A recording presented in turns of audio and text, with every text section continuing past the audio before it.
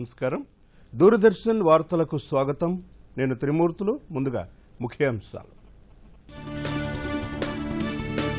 IKP ధాన్యం కొనుగోలు కేంద్రాలను తొలగించే ప్రసక్తి లేదన్న కిషన్ రెడ్డి. నూతన వ్యవసాయ చట్టాలపై ప్రతిపక్షాలు అనవసర రాద్ధాంతం చేస్తున్నాయని విమర్శ. ఖరీఫ్ సీజన్లో మద్దతు ధరతో 92 లక్షల మంది అన్నదాతలకు మేలు జరిగిందన్న వ్యవసాయ శాఖ.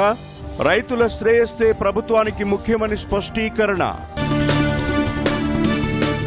70 ఏళ్లలో జరగని సంస్కరణలు ప్రధాని మోదీ చేసి చూపించారన్న హర్షవర్ధన్. జియోస్పేషియస్ రంగంలో నూతన విధానాలు అమలు చేస్తున్నట్లు వెల్లడి.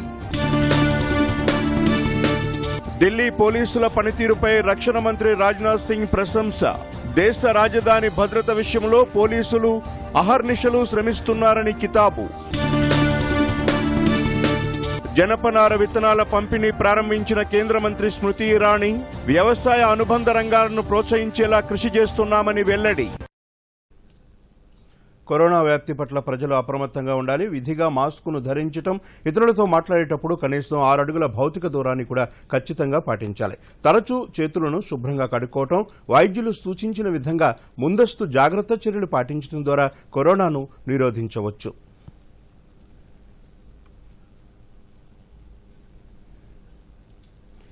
లక్ష్యాలను సాధించాలంటే క్యాడర్ మరింతగా శ్రమించాలని కేంద్ర మంత్రి కిషన్ రెడ్డి బీజేపీ నాయకులకు సూచించారు. హైదరాబాద్లోని ఓ హోటల్లో జరిగిన హైదరాబాద్ సెంట్రల్ టీం పదాధికారుల సమావేశంలో కేంద్ర మంత్రి ముఖ్య అతిథిగా పాల్గొని ప్రసంగించారు. ప్రధాని నరేంద్ర మోదీ దేశ హితం కోసం అనేక సంస్కరణలు చేపట్టారని గుర్తు చేశారు. పన్ను చెల్లింపుల్లో సంస్కరణల ద్వారా ప్రజలకు లాభం చేకూరిందని అన్నారు. 1 నేషన్ 1 ట్యాక్స్, పెద్ద నోట్ల రద్దు వంటి నిర్ణయాలు దేశాభివృద్ధికి ఎంతగానో దోహదపడుతున్నాయన్నారు. నూతన విద్యా విధానంతో విద్యార్థులకు లాభం చేకూరుతుందని, మాతృభాషలో విద్యను ప్రోత్సహించడం ద్వారా విద్యార్థులకు పాఠాలు తొందరగా అర్థమై సులువుగా రాణిస్తారని అన్నారు. ఇంజనీరింగ్ విద్యార్థులకు స్కిల్ డెవలప్మెంట్తో ఉపాధి అవకాశాలు పెంచామన్నారు. నూతన వ్యవసాయ చట్టాలు రైతులకు మేలు చేసేవేనని, ఈ చట్టాల్లో ఎక్కడ ఐకేపీ సెంటర్లను ఎత్తివేస్తామని పేర్కొనలేదని అన్నారు. ఎమ్మెల్సీ ఎన్నికల్లో బీజేపీ గెలుపు ఖాయమని కిషన్ రెడ్డి ధీమా వ్యక్తం చేశారు. దేశంలో ఉన్నటువంటి కొంత సంస్థలు కావచ్చు అనేక రకాలుగా ప్రయత్నం చేస్తా ఉన్నాయి. నరేంద్ర మోడీ గారు అధికారంలోకి వచ్చిన తర్వాత అనేక రకాల సంస్కరణలు చిత్తశుద్ధితో, పవిత్రమైనటువంటి మనసుతో దేశానికి మేలు జరగాలి, ప్రజలకు మేలు జరగాలి, దేశం శక్తివంతంగా మరింత ముందుకు ఎదగాలనేటువంటి ఒక పవిత్రమైనటువంటి లక్ష్యంతో అనేక సంస్కరణలు తీసుకొచ్చారు. అనేక రకాల కొత్త చట్టాలు తీసుకొచ్చారు. అవి ఆర్థిక సంస్కరణలు కావచ్చు. మొట్టమొదటి స్వాతంత్రం వచ్చిన తర్వాత అతిపెద్ద ట్యాక్స్ రిఫార్మ్స్ అంటే జిఎస్టి స్వాతంత్రం వచ్చిన తర్వాత మొట్టమొదటి ఇంపార్టెంట్ ట్యాక్స్ రిఫార్మ్స్ మన దేశంలో తీసుకొచ్చేటువంటి ప్రయత్నం చేశారు. మన దేశంలో ఏదైతే నగదు లావాదేవీలు ఉండేనో వాటిని తగ్గించి ఈరోజు బ్యాంకుల ద్వారా లావాదేవీలు జరిగే విధంగా చర్యలు తీసుకోవడం జరిగింది. ఇన్కమ్ ట్యాక్స్ కట్టేటువంటి వాళ్ళ సంఖ్య కూడా స్వచ్ఛందంగా ఈరోజు చాలా పెరిగింది. అమౌంట్ పెరగకపోవచ్చు, నెంబర్ మాత్రం చాలా పెరిగింది. ఇవన్నీ కూడా పన్నుల రూపంలో ఒక వస్తువు మీద తెలంగాణలో ఒక రకము, ఆంధ్రలో ఒక రకము, ఢిల్లీలో ఒక రకము పన్నులు ఉండేవి. ఈరోజు పన్నులను కూడా దేశమంతా కూడా వ్యాట్ పేరు మీద ఇతరత్ర పన్నులుంటే వాటిని కూడా మార్చేసి దేశమంతా కూడా 1 నేషన్ 1 ట్యాక్స్ అనేటువంటి విధానాన్ని కూడా ఈ దేశంలో తీసుకొచ్చాము. చాలా మంది బీజేపీ ప్రభుత్వం నూతన విధానాన్ని తెస్తుందంటే చాలా మంది మనం విమర్శించాలనే దృక్పథంతో. కానీ నూతన విధానాన్ని బయటకు వచ్చిన తర్వాత బోలితే బంద్ అంటారు. ఎవరేం మాట్లాడలేకపోయారు, ఎవరు విమర్శించలేకపోయారు. రాష్ట్రంలో వాయు కాలుష్యం గతానికి భిన్నంగా నమోదైంది. గతంలో హైదరాబాద్లోనే వాయు కాలుష్యం ఎక్కువ స్థాయిలో నమోదు కాగా ఈసారి అందుకు భిన్నంగా మహబూబ్నగర్ జిల్లాలో ఎక్కువ వాయు కాలుష్యం నమోదైనట్లు రాష్ట్ర కాలుష్య నియంత్రణ మండలి తెలియజేసింది. 2020లో వాయు కాలుష్యంలో తొలి స్థానంలో మహబూబ్నగర్, 5వ స్థానంలో హైదరాబాద్ ఉన్నట్లు వెల్లడించింది. నల్గొండ మినహా మిగిలిన 10 చోట్ల కేంద్ర కాలుష్య నియంత్రణ మండలి నిర్దేశిత పరిధులను దాటినట్లు అధికారులు నిర్ణయించారు. మహబూబ్నగర్లో అత్యధికంగా 102 ఎంజీలు, కరీంనగర్లో 100 ఎంజీలు నమోదవడం గమనార్హం. హైదరాబాద్లో వాయు కాలుష్యం 79 ఎంజీలుగా నమోదైంది. వాహనాల సంఖ్య పెరగటం, అధ్వానపు రహదారులు, బహిరంగంగా వ్యర్థాల దహనం, గడువు తీరిన వాహనాలు తదితర కారకాలు కాలుష్యం పెరగటానికి కారణమై ఉంటాయని ప్రాథమికంగా అంచనాకు వచ్చారు. కొన్ని జిల్లాల్లో కాలుష్యం పెరగటానికి, హైదరాబాద్లో తగ్గటానికి కారణాలను అధికారులు పూర్తి స్థాయిలో విశ్లేషిస్తున్నారు. దేశంలో వరి ఉత్పత్తి గణనీయంగా పెరగడంతో ఈ ఖరీఫ్ సీజన్లో 92 లక్షల మంది రైతుల నుంచి కనీస మద్దతు ధరకు ధాన్యం కొనుగోలు చేసినట్లు కేంద్ర వ్యవసాయ శాఖ తెలియజేసింది. ఖరీఫ్ సీజన్లో ప్రభుత్వం 1,20,000 కోట్ల రూపాయలను మద్దతు ధర కింద అందించడంతో అన్నదాతలకు మేలు జరిగిందని వెల్లడించింది. పంజాబ్, హర్యానా, ఉత్తరప్రదేశ్, తెలంగాణ, ఉత్తరాఖండ్, తమిళనాడు, చండీగఢ్, జమ్మూ కశ్మీర్, కేరళ, గుజరాత్, పశ్చిమ బెంగాల్, త్రిపుర రాష్ట్రాల్లో 640 లక్షల టన్నుల ధాన్యం ఉత్పత్తి అయిందని పేర్కొంది. గత ఏడాదితో పోలిస్తే 15.71% అధిక ఉత్పత్తి సాధించామని తెలిపింది. ఒక పంజాబ్లోనే 31.70% ధాన్యం సేకరణ జరిగినట్లు స్పష్టం చేసింది. ఆంధ్రప్రదేశ్లో మున్సిపల్ ఎన్నికల నోటిఫికేషన్ విడుదలైంది. ఏపీ రాష్ట్రంలోని 12 కార్పొరేషన్లు, 75 మున్సిపాలిటీ, నగర పంచాయతీలకు షెడ్యూల్ను ఎన్నికల సంఘం విడుదల చేసింది. షెడ్యూల్ ప్రకారం మార్చి 10న పోలింగ్ జరగనుండగా అదే నెల 14న ఓట్లను లెక్కిస్తారు. నామినేషన్ల ఉపసంహరణకు 2 రోజుల పాటు సమయం ఇచ్చారు. ఈ ప్రక్రియ మార్చి 2న ప్రారంభమై 3న మధ్యాహ్నం 3 గంటలకు ముగుస్తుంది. మున్సిపల్ ఎన్నికలకు గత ఏడాది మార్చి 11న నోటిఫికేషన్ విడుదలైంది. మార్చి 11, 12 తేదీల్లో నామినేషన్లు వేశారు. అయితే కరోనా నేపథ్యంలో మార్చి 16న నామినేషన్ల ఉపసంహరణ రోజే ఎన్నికల ప్రక్రియ వాయిదా పడింది. దీంతో తాజాగా మున్సిపల్ ఎన్నికలకు రాష్ట్ర ఎన్నికల కమిషన్ నోటిఫికేషన్ విడుదల చేసింది. గత 70 ఏళ్లలో జరిగిన మార్పులను ప్రధాని నరేంద్ర మోదీ చేసి చూపిస్తున్నారని కేంద్ర శాస్త్ర సాంకేతిక శాఖ మంత్రి హర్షవర్ధన్ అన్నారు. ప్రజలకు ప్రభుత్వ సేవలను మరింత చేరువ చేసేందుకు ఇప్పటికే 15,000 చట్టాలను నిర్వీర్యం చేశారని అన్నారు. జియోస్పేషియస్ రంగంలో సంస్కరణల ద్వారా దేశంలో అనేక ఆవిష్కరణలకు ఆస్కారం ఉంటుందని తెలిపారు. భారత్ త్వరలోనే $5 ట్రిలియన్ ఆర్థిక వ్యవస్థగా మారేందుకు ప్రభుత్వం అనేక సంస్కరణలు చేపట్టిందని, ఆత్మనిర్భర్ భారత్ ద్వారా సత్ఫలితాలు వస్తున్నాయని అన్నారు. హై రెజల్యూషన్ మ్యాప్స్ అందుబాటులో లేకపోవడంతో farming, mining, urban construction, e commerce తదితర రంగాల్లో అనేక సమస్యలు ఉత్పన్నమయ్యాయని, వాటన్నింటినీ అధిగమించేందుకు మోడర్న్ మ్యాపింగ్ టెక్నాలజీని వినియోగిస్తున్నామని అన్నారు. $5 trillion economy and the Atmanirbhar Bharat, we decided to bring in high resolution maps that will remove all the previous problems. Friends, location and tags added to the data shall make it geospatial and its value will increase manyfold. Availability of data and modern mapping technologies to Indian companies shall also be crucial for achieving a manifold jump in our economic growth. Existing guidelines for acquisition and dissemination of geospatial data generated in the country, they had become quite redundant by now, and we have now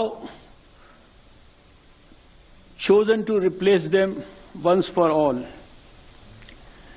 The new guidelines will also institutionalize the ease of access to geospatial data produced using public funds as envisioned by our Honorable Prime Minister. Under visionary leadership of Shri Narendra Modi ji, it is time to move away from approvals to self-certification, which has been highlighted by both my colleagues in their statements just now. Development, governance and enterprise. Finally, I would say that crowdsourcing efforts shall be encouraged by the government to build maps by allocating public funds towards these efforts, and resultant geospatial data can be processed, applications built, and related solutions developed. Stakeholders వ్యవసాయ అనుబంధ రంగాల పురోభివృద్ధికి ప్రభుత్వం ఎంతగానో కృషి చేస్తోందని కేంద్ర మంత్రి స్మృతి ఇరానీ అన్నారు. వ్యవసాయ అనుబంధ రంగాల అభివృద్ధికి వస్త్ర పరిశ్రమ రంగంకు సహకారం ఉంటుందని తెలియజేశారు. జనపనార విత్తనాల పంపిణీ కార్యక్రమాన్ని ప్రారంభించిన ఆమె ప్లాస్టిక్ కవర్ల నిషేధం తర్వాత జనపనారతో తయారు చేసిన బ్యాగుల వినియోగం పెరుగుతుందని అన్నారు.